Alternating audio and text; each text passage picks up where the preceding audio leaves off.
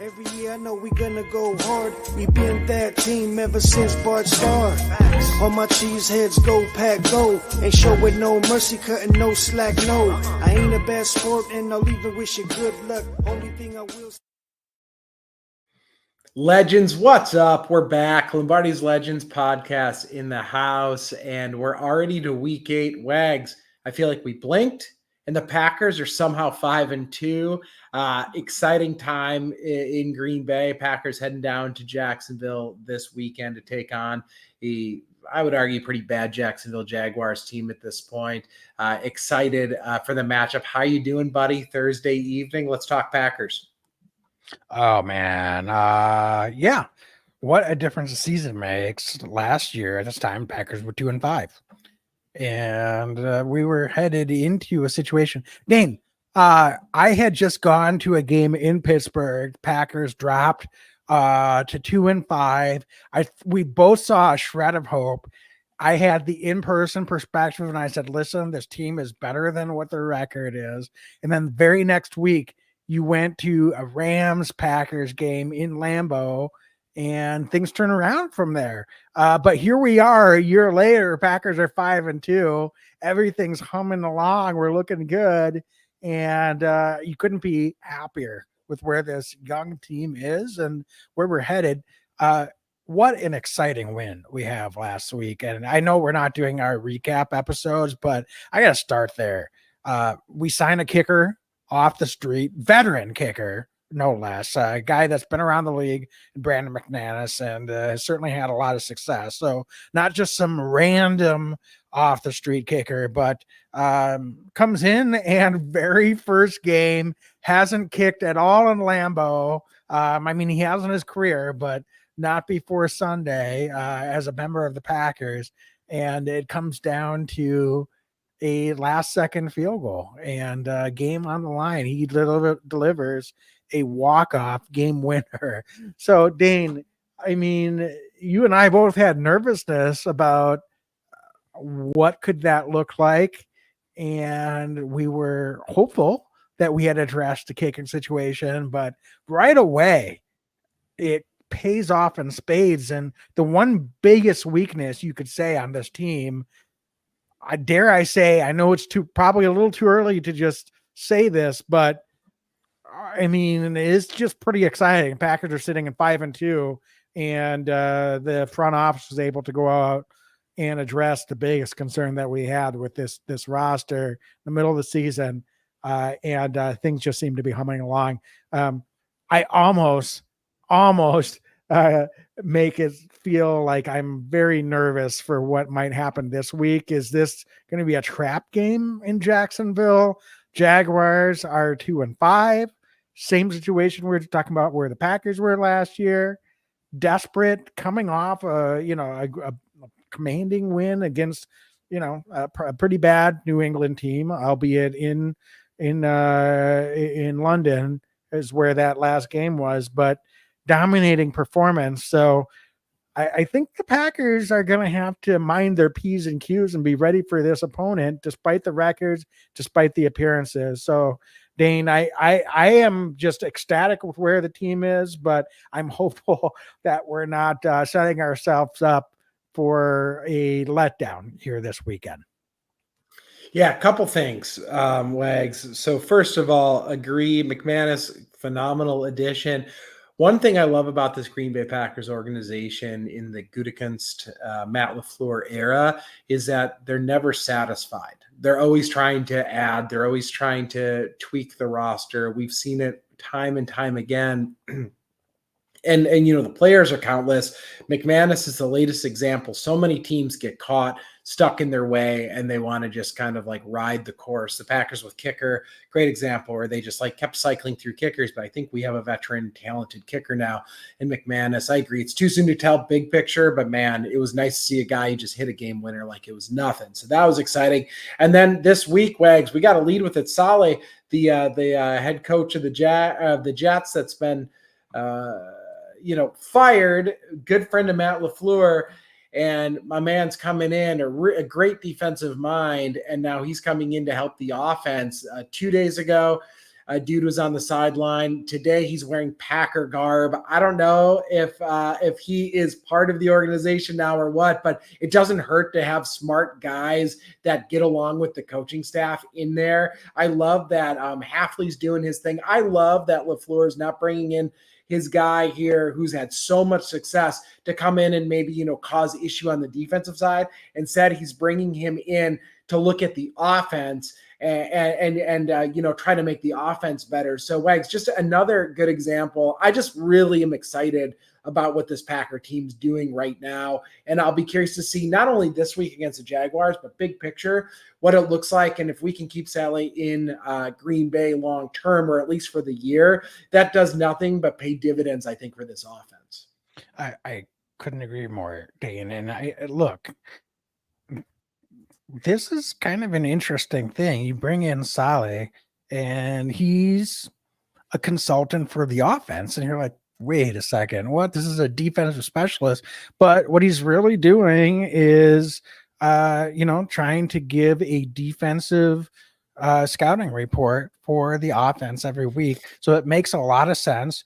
Obviously, from a PR standpoint, with the way that Hafley's defense has been playing, you don't want to raise any questions with bringing in a guy with his credentials and making him feel like he's looking over his shoulder with the way the defense has been playing so far this season. So it all works as far as I'm concerned. And listen, if he wants to consider himself part of this Packer coaching staff as unofficial or official consultant and help this team maybe make a run to a Super Bowl ring, I'm happy to crown him and put a ring on his finger if it comes to that. So, we'll take all the perspectives we can get. I love this situation. I think it can keep, especially the timing of it is wonderful.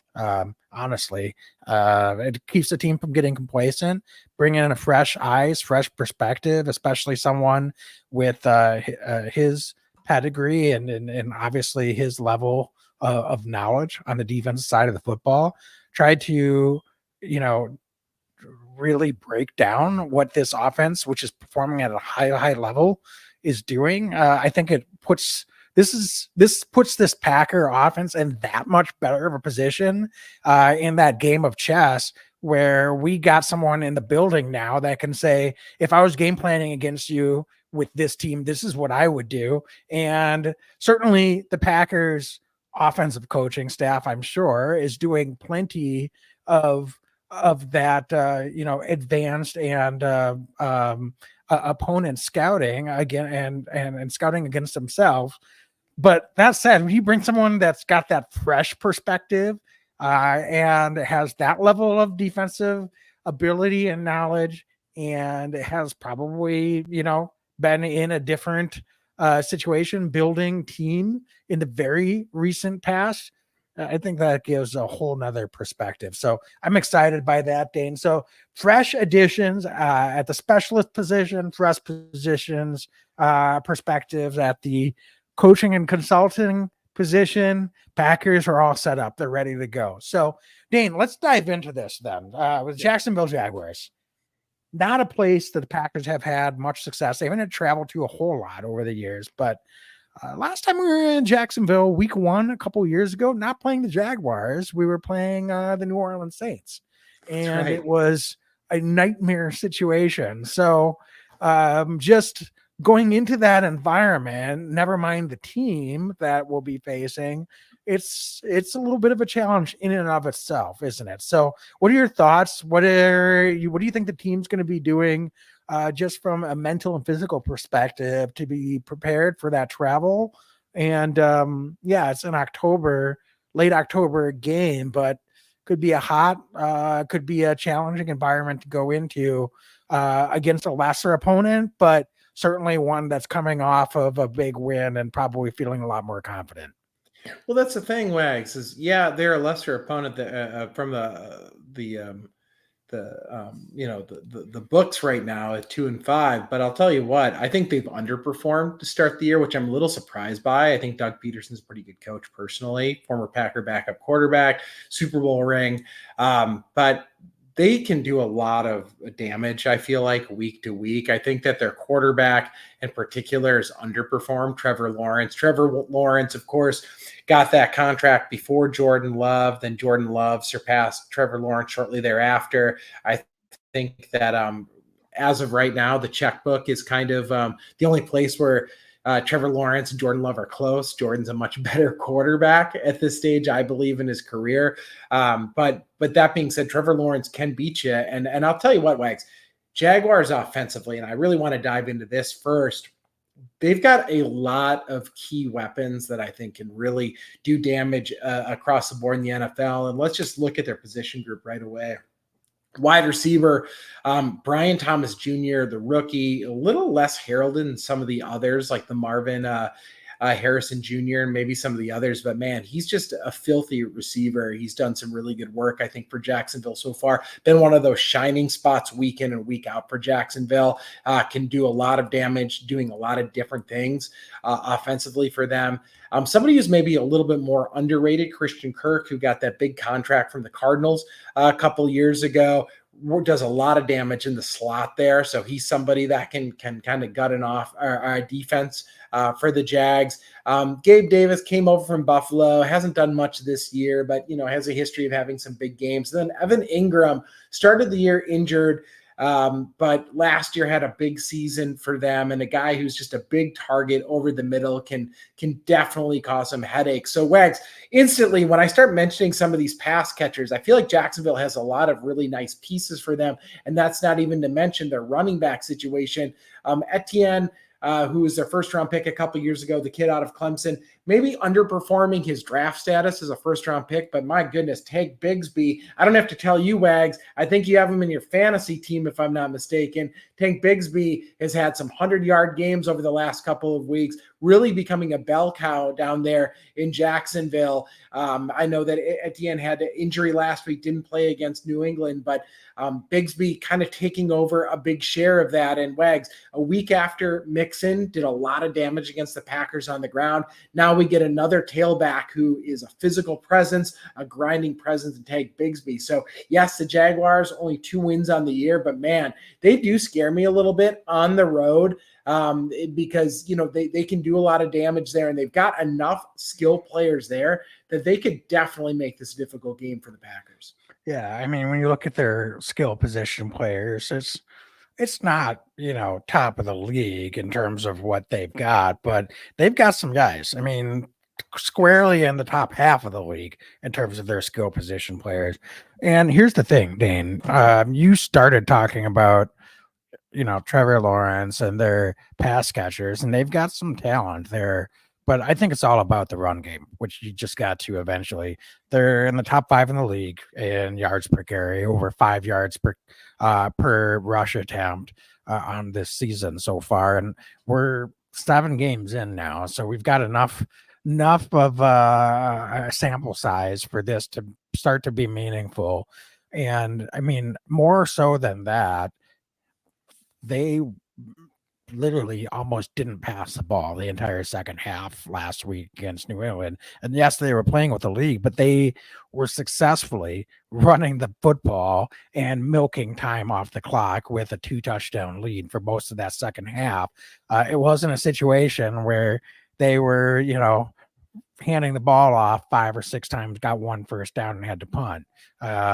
They were moving the football up and down the field in that second half. And New England, not a very good team this year, but not the worst defensive team. So that's pretty impressive. And so I think that's what you have to worry about as a Packer fan coming into this one. Yes, we talked about it. This is a 2-5 Jacksonville team. They've underperformed. They are not as good as the Packers from a talent perspective. However, I really feel like coming off of that game, the Jaguars have to feel like they found their identity. And not only is that just running the football with a lead, it's running the football regardless of time and score. So if I'm Jacksonville going into this game against a high-powered Green Bay Packer offense that's made a lot of splash, big, explosive plays, it's classic let's see if we can hold on to the football, win that time of possession battle, and wear down this team, even if we're down, 7-10 points at any point in this game. Let's stick to that game plan. And perhaps by the time we get late in the third quarter, into the fourth quarter, if they can't keep their legs under them in this humidity, in this heat, that's advantage Jacksonville. We can go down and make this ball game and try to steal one from a talented Packer team. So I think in this one, as much as you highlighted some of those passing threats, and they'll utilize them, certainly with Trevor Lawrence at quarterback. If I'm the Packers, I'm squarely thinking about how to stop this Jacksonville Jaguars rushing attack. Wags, so I think that's a good point. So Quay Walker last week goes down, has the concussion.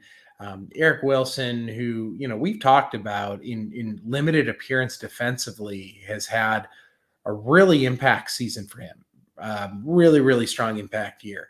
And I know traditionally more of a special teams guy, but I would argue that Wilson and Cooper, Edgerrin Cooper, have been the two best linebackers down in distance wise all season long for the Packers. So how does this look this week? Because Quay Walker does seem to be out of position a little bit. I hate to see a guy lose spot due to injury, but has Wilson done enough to at least get some run as an off-ball linebacker next to Cooper? I mean, how do the Packers do this? Because this is a week, to your point, where if you don't have linebackers getting head on hat there, this could be a really long week for the Packers. So what do you make of this situation? I mean, it might be a good problem to have.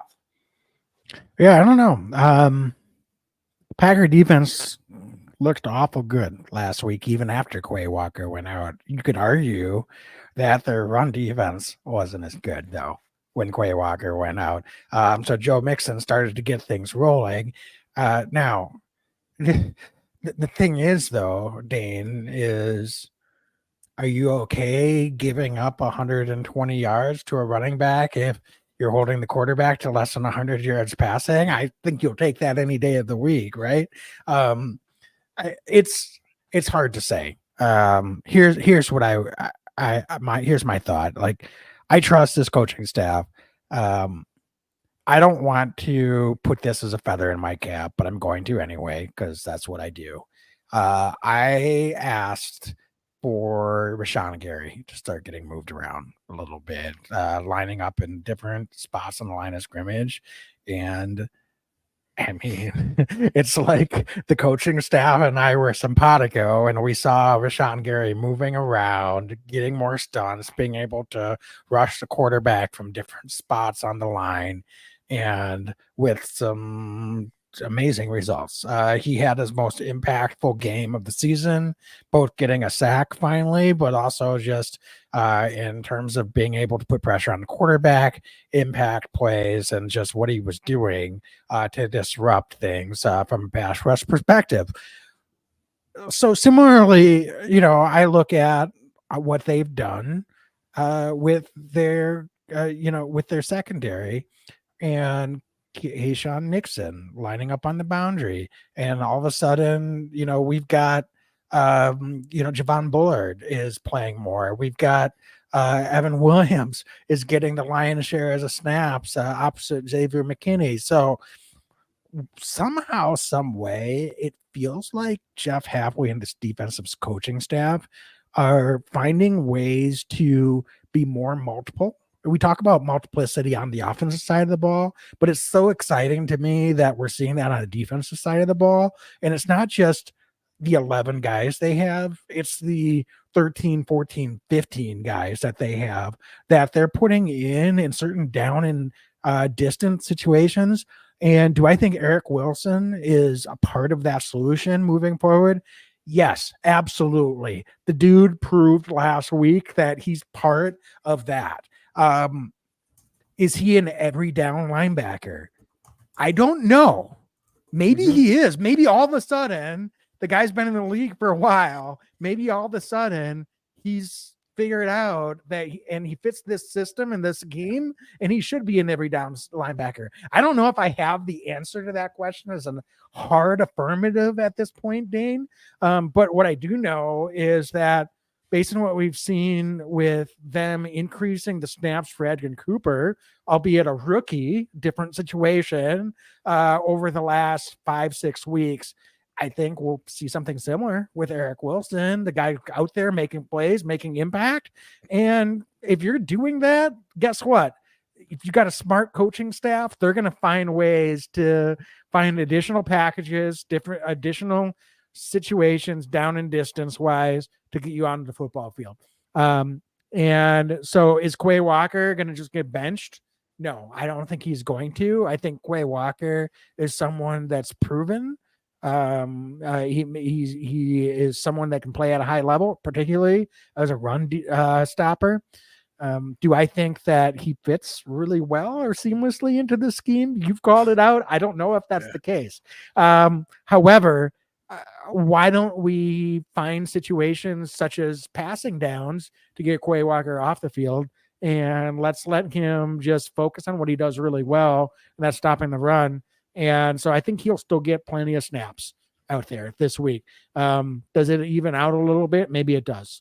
And certainly I think they've got some guys that bring different strengths and maybe have different skill sets. And I think this Packers coaching staff, we're blessed now to have a Packer defensive coaching staff that I think is going to figure out how to use all of these pieces and maximize them to their fullest potential. And that might not mean just sticking with a few guys and just rolling out there down after down. I think they're going to rotate some guys in, and Eric Wilson has definitely proven that he belongs in that conversation. And Quay Walker coming off an injury, will he lose all of his snaps? Probably not. But I think even before that injury, you could argue that we're going to try to figure out what's going to put him in the best position to be successful and what's put this defense in best position to be successful. And that may not mean that he's going to get, 100% of the snaps on the defensive side of football. That's good stuff. So anything else defensively, or should we switch over to this offensive side for the Packers, and how are we going to attack this Jacksonville Jaguars? Dane, I have a question. We didn't really talk much about Trevor Lawrence. Isn't really the quarterback that I expected coming out of Clemson at this point in his career.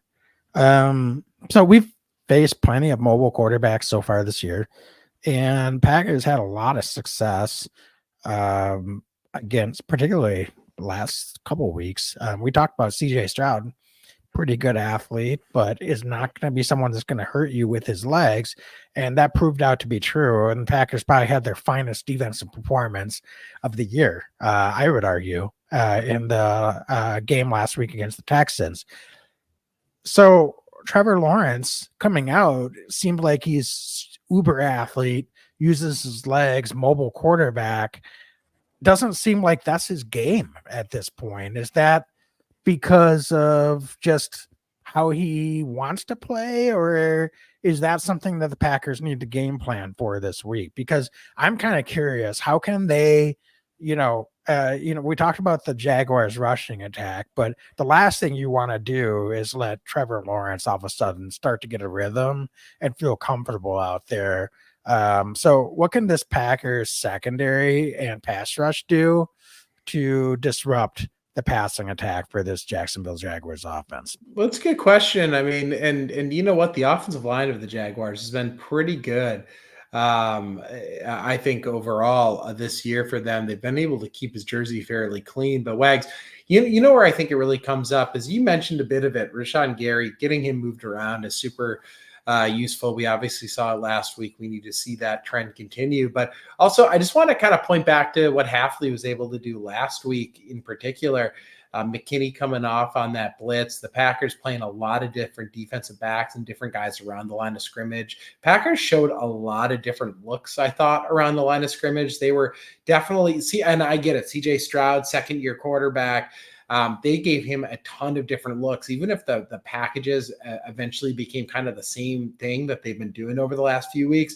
the way they presented their defense at the line of scrimmage was very, very different. Snap to snap. And I thought that was really useful. And then, Hafley was smart, right? He was able to time things up at really, really important down and distances. And the Packers, more often than not, were able to get home to the quarterback or at least force an errant throw. So I think that this week, you're right. Lawrence is kind of an odd duck to me. He's somebody that I agree. I mean, he was a first overall pick, considered to be a generational talent, really, at that first overall selection. And he's been okay. He's had some major flashes. He had that surprise come from behind win against, I think it was against the Chargers in the playoffs a couple of years ago. So, he's had some success in the league. He earned a big contract, but really, I think overall he hasn't been that overwhelming success that I think was predicted from him. And some of it is that, he'll sit in the pocket maybe a little bit longer, and maybe sometimes to his detriment, this offensive line is so darn good, or they can be good. He's been able to sit in the pocket, and he hasn't been able to maybe make the reads that he needs to make. So I think that this week, Wags, it's really going to be incumbent on this Packers defensive line and this defensive front to not give Trevor Lawrence a third and short, third and easy, or more convertible down in distances, get him into some of those third and a little bit longer. And then I want to see Hafley just get back into his bag and get creative. And I want to see the pass rush up front, Wags, continue to do what I think we're seeing them build upon, right? I've really liked what Carl Brooks has been able to do this year. Obviously, what Kenny Clark, although his sack numbers aren't there, I think he still had an impact. It looks like Devontae Wyatt was able to practice, which is huge, I think, for this defense, and when he's really coming into his own. So, a lot of these defensive players up front are I think have been active in the interior, although the sack numbers aren't there. They've been able to do some stuff. And I think that against Trevor Lawrence this week, against a pretty good offensive line, Wags, it's going to need to be good interior defensive line work to be able to stay in your lane, stay in your gap, and attack the quarterback. And then for Hafley to be able to create pressure in addition to what the edge rushers do. So, Wags, I think there's not an easy answer to all of this. Because I do think that Lawrence can beat the Packers, but he's just been fairly underwhelming thus far in his career. Yeah. All right. So let's shift over to the offense side of football and matchups here against Jaguars defense. Defensively, Jaguars are, in the upper middle against the run, have been pretty solid there, averaging just over 4.2 yards per carry. But against the pass, they've been atrocious, giving up the most touchdowns through the air in the league and in the bottom three in terms of yards per attempt. I believe they're second or worst in the league in terms of total pass yards allowed. So this is a Jaguars defense that's just really been struggling against a strength of the Packers. So, Dane, when you look at that on paper, what does that tell you about what the Packers want to do from a game plan perspective against this Jaguars defense to attack and try to hopefully get a lead and get out ahead? That's the key right there, Wags, is get points, get up early, dominate on the ground late to run and control the clock. I think that is the Packers game plan. Get up early, attack, push the ball downfield. The Packers have a lot of horses on the outside, tight end group, just a ton of pass catchers. We know that, right? We're a Packer podcast, so anybody who's listening understands the weapons this Packers team has. So I think it's does Jordan Love make good decisions, and stretching the field, but continue to be aggressive, and that's what I think this Packers team needs to do. With all due respect to the defensive backs of the Jaguars, including our old pal Darnell Savage, I think they're going to have a hard time keeping up with the Packers. They have a couple guys that can do things for them, but I don't think that they're deep enough to be able to run with these Packers receivers. And at some point, the Packer wide receivers and tight ends are going to be able to have some one-on-ones, and then it's just going to be who makes to play, right? Who can beat the one-on-one? And I just think that the Packers are going to be able to do that more consistently against the Jaguars than they care to see. So I like this week the Packers being able to stretch the field, really, really attack through the air. It should be great conditions for Jordan to throw the ball. And then late in the game, Wags, if you get up a couple scores, that's when you start to run that ball a little bit more. But I just expect the Packers to come out blazing against this Jaguars defense. Yeah, I mean, Dane, what are your thoughts on the interceptions that Jordan Love has been throwing so far this season? Is that something, like, obviously the way this Packer offense is executed overall, and with the way they're putting points on the board, you sort of just live with? This is Jordan Love, Brett Favre, Gunslinger 2.0. I mean, we grew up with Brett. We saw this. We're used to this, even though we grew to get used to the way that Aaron Rodgers played the quarterback position. There are multiple ways to be successful. Obviously, there were times that I, in particular, criticized Aaron Rodgers for being too conservative, not taking enough risks or chances, particularly in fourth quarter or in playoff games.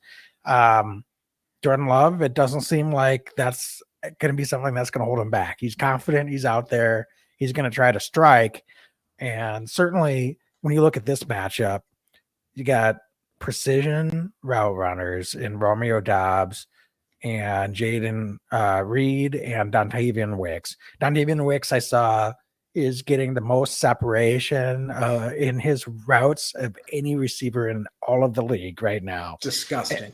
Disgusting. So we've got guys, and then obviously that's not even mentioning Christian Watson and what he could do to gain separation. I think this is a game where Christian could certainly pull in a big factor, and he's had some weeks where he's been more involved, and last week he was much quieter. They didn't need his involvement as much. Well, you could argue maybe they did with how close that game was, but I digress. Dane, you've got a struggling Jacksonville Jaguars pass defense against a precision and big play and explosive Packer pass offense. That's got to be a recipe for success, and a recipe that the Packers are going to be aggressive and try to attack early and often. And I just sincerely hope that, as much as I like balance and in getting Josh Jacobs and Emmanuel Wilson in this Packer run game involved, maybe this is a week that you throw that out the window and let's just wing it early in this game. Let's just pass. The more that you throw the football, I think, early in this one, the more that you're setting yourself up for success, to be able to keep moving football down the field and put some points on the board. Yeah, I mean, it's funny. I've seen some people being critical, some Packer fans, not many, of Josh Jacobs, and I mean, he's gotten like the fifth or sixth most touches in the league right now. They're not that. I don't either. He's been tremendous. Yeah. Like that's exact. Thank you. Yeah, I mean, like I'm like, this is everything you asked for, right? Out of a running back, he's been absolutely terrific for the Packers. But I agree. Maybe Josh gets, 13, 14 touches this week. Or maybe, it's more of a second half heavy stretch field legs, right? Attack. And you asked me earlier, what do I make of the interceptions? I listen, I don't like when we're losing football games, but I don't mind somebody who's being aggressive. And I like that Jordan's being an aggressive quarterback there who's just getting after it. And does he have a little bit of Brett in him? Yeah. Does he have a little bit of Aaron in him? Yeah. He's kind of an interesting quarterback. But I also look at it this way, Legs. He's in a lot of ways going into his second season as an NFL quarterback, right? Like actually on the field game experience. And he's been really, really good. He's got a huge arm. He's confident in his arm. And Wags, he has 4 comeback from behind fourth quarter wins now in a year and a half as a starting quarterback. That ain't so bad. So all of this considered is you take the bad with the good. With Jordan Love, we've just seen so much more good than bad. I mean, the dude throws touchdowns at a prolific rate in an already touchdown passing driven league. So I say let Jordan just let it rip. And I'm going to trust him more often than not that he's going to be able to get the job done. So yeah, you don't want to see interceptions, but I agree. In an odd way, sometimes it is refreshing that it's like, oh, you know what? He saw something. He wanted to be aggressive there. You hate to see interceptions, but I'd rather see that than sometimes take the sack that we have a quarterback that trusts his receivers and just lets it fly. Yeah, I don't necessarily think that we're going to see this, but honestly, I would love that idea that Jordan Love gets 40 plus attempts passing in this game. And normally you're going to hear me say, well, if we're going to face third down, you're much better off being in third and short, which is true. Like we're not breaking ground by saying that. Honestly, I don't care if they face 3rd and 10 a few times in this one. Jaguars can put a little pressure. They're in like the middle half, putting pressure on the quarterback. But listen, Dane, against this pass defense, the more shots you can take passing the football, I think the better off you're going to be. So if Jordan misses on 1st or 2nd down, I feel like he's going to probably hit on 3rd down enough times against this pass defense that we're going to look back and say, just keep throwing, just keep chucking that football. What I don't want to have happen is, with respect to, I agree with everything you said about Josh Jacobs, with respect to their rush attack, in this particular matchup, what I don't need to see is them hand the football off on 1st and 2nd down, and we've got 3rd and 5, and Jordan only has one opportunity to move the football and move the chains. I'd rather him have 2 or 3 opportunities to, move the chains in every, down and distance and set it down scenario. So let's throw the football early and often. And I love the idea that if we're successful putting points up on the board, Josh Jacobs can still get his 20 carries this week if the majority of them are coming in the 3rd or 4th quarter. I love it. Anything else, Wags, on the offensive side of the ball? We have to give a shout out to Danny Whelan too, right? Danny Whelan's been tremendous, by the way, as a punter. I don't know if you consider him defensive, offensive, what have you, but he's been awesome holding the ball. He's also been, he truly is a weapon, right? Like he's a guy who just, the hang time's been insane.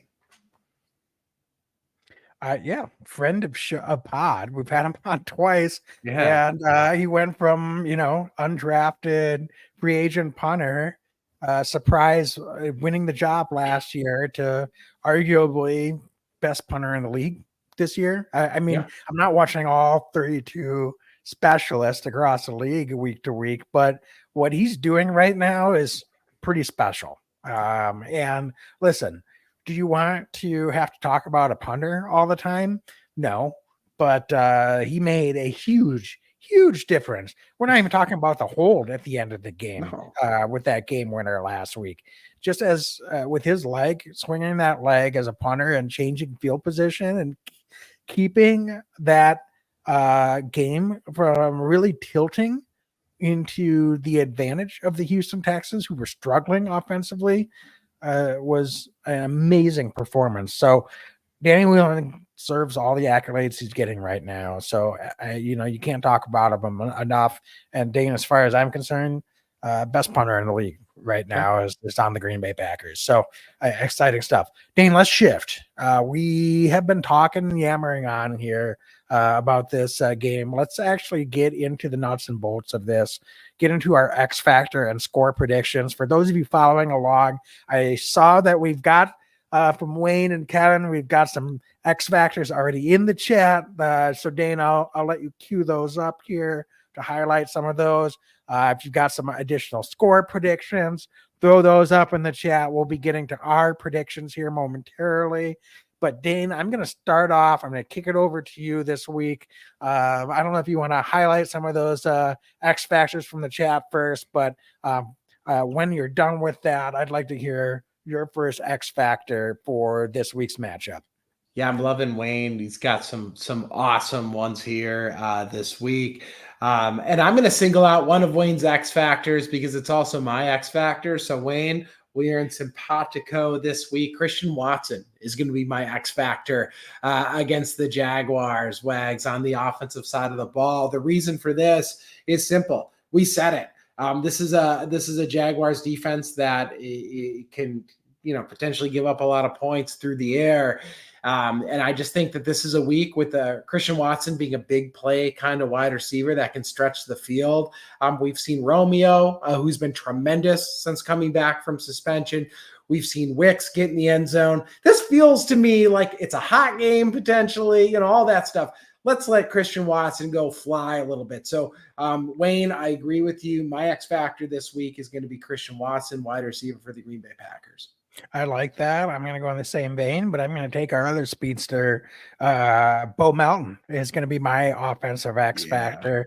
So I think this is a week that, we've seen Bo Melton be involved in, plays here and there, mostly on some of those end around looks, but has not necessarily gotten an opportunity to truly connect vertically as a receiver. And I know he's drawn at least one, if not a couple, of pass interference penalties downfield. But I think this is a week Bo Melton gets over the top of the defense and strikes for a long touchdown. And Bo Melton is never going to be, I shouldn't say never, but as of right now with his role, he's not going to be a volume guy in terms of the number of targets. He's not Romeo Doubs. He's not Jaden Reeves. He's not Dontavian Wicks in terms of the number of targets and looks that he's going to get in this offense. But certainly he's a guy that makes most of the opportunities he does get. And I think that this is going to be a week that he could potentially strike deep in the passing game and get in the end zone. So for that reason, similar to the reason that you're taking Christian Watson, which is probably a more logical selection, I'm going to go with Bo Melton for my X factor this week. Dude, I like that. I like Bo. I mean, Bo last year, right? The first the first receiver in the Packers to hit 100 yards on the season was Bo Melton. I mean, dude can any week just rip one off. So I like that a lot. Defensively, who you got, Wags? You let me go first offensively. Who you got as your defensive X factor? I'm going to continue to roll with guys on a defensive line. And Dane, I was looking for Rashawn Gary to be more involved last week, and he was. And I really liked what he did, and I really like how the coaching staff was able to put him in different positions to impact this game. And look, you could argue that Rashawn Gary is too good to be an X factor, but on the road against an opponent coming off his best game so far this season, I'm looking for Rashawn Gary to be an X factor, similarly to how I selected Jordan Love to be an X factor on the offensive side of football a few weeks ago. It's not about does he play well or is he a star player? Should he be impacted the game? Yeah, he should. It's about what he can do to rise to an even higher level to impact the game at an ability that few players can. And I think Rashawn Gary this week, I'd love to see him get a strip sack, force a fumble. I think he can get into the backfield, impact this Jaguars rushing attack. And frankly, I feel like Rashawn Gary coming off that performance last week, I think they found a way to unleash his abilities in the scheme that I don't think that they had completely figured out. And I think that goes to another level this week. So for that reason, I'm going to pick Rashawn Gary as my defensive X factor, and I expect him to make a big, big impact on the defensive side of the ball.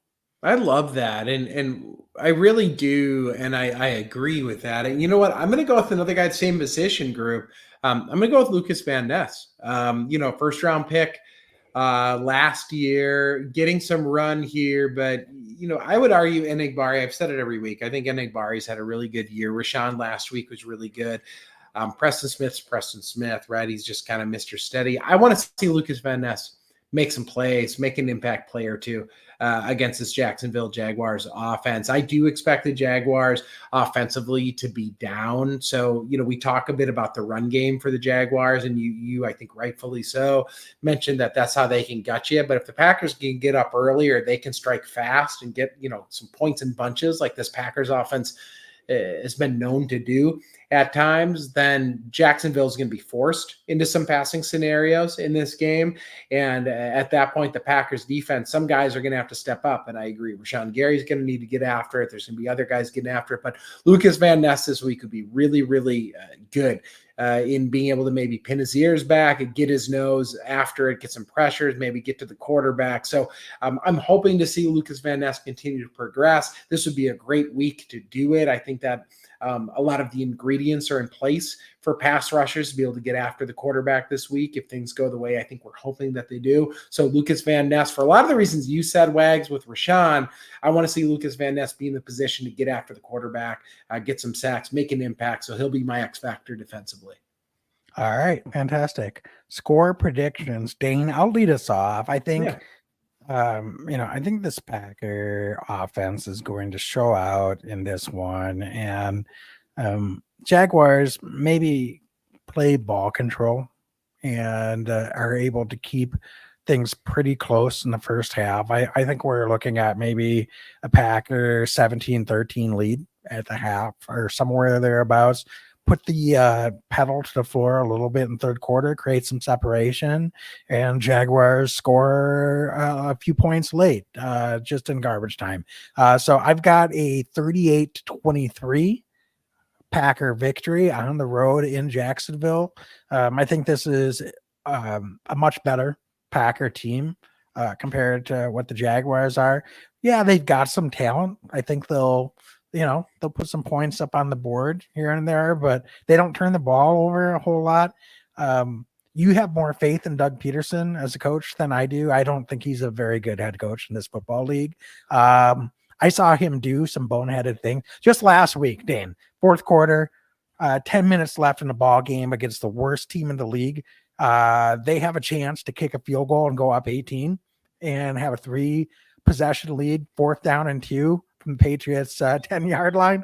They decided to go for it. Like, what is he doing? Like, what do you do? That's just like, what are you doing?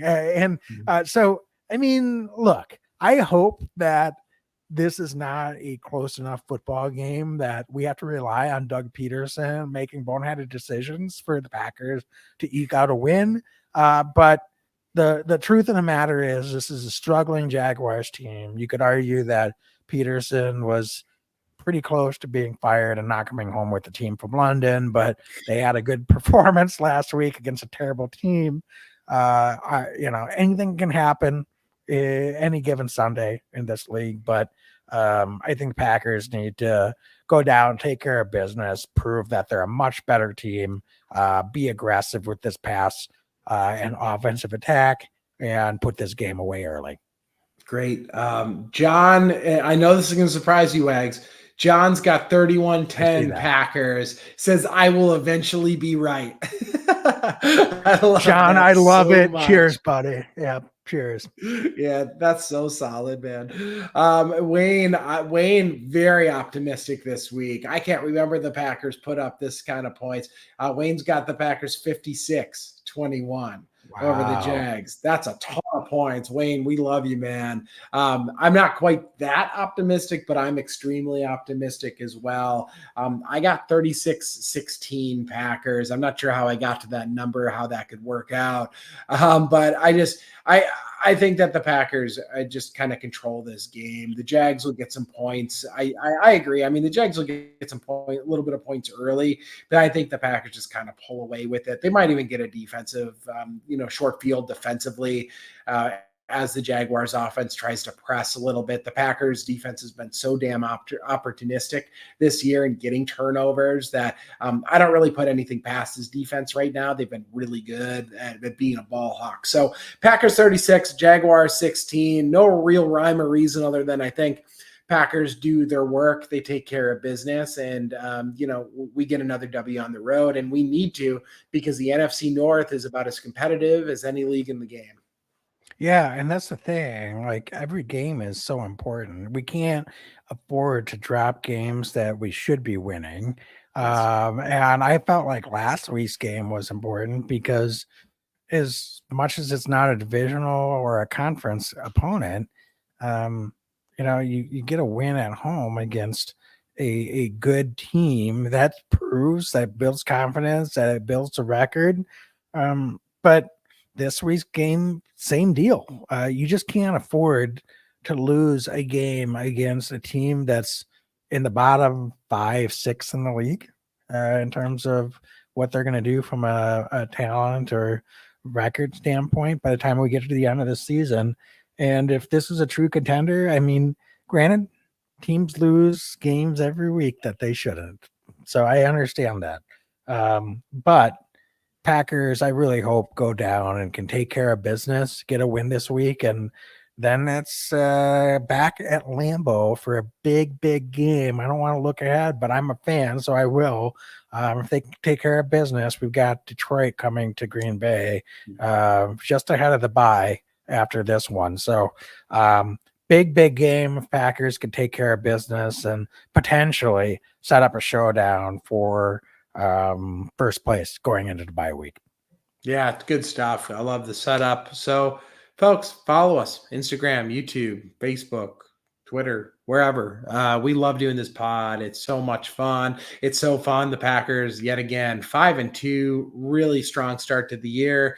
We'll be back, shortly to be talking about all sorts of good Packers stuff again next week. But thank you so much. Anything else, Wags? As always, be legendary and go Pack go. Go Pack go. Every year I know we gonna go hard. We been that team ever since Bart started. All my cheese heads go Pack go. Ain't showing no mercy, cutting no slack, no. I ain't a bad sport and I'll even wish you good luck. Only thing I will